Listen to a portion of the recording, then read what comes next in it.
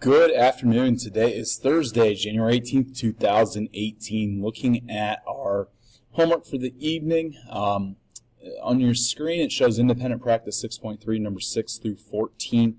Not every class has that. Our substitute, Mr. Beer, did go through and make some changes, so you may or may not have homework. Just check in the class that you're in. Science, there is no homework. You had an energy quiz today. Hopefully it went well.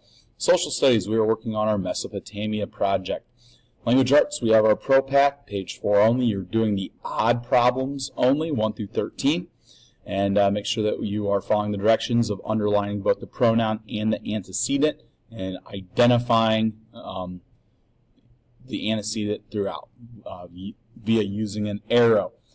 Literature, you need to read AR. We also need to read our book club book to prepare for a quiz and meeting on Monday.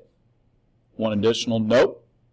Even though you're not required to have your parents sign your agenda, you're still expected to fill this out. This is a great learning tool that will carry you throughout not only the rest of your schooling years, but in your life as well.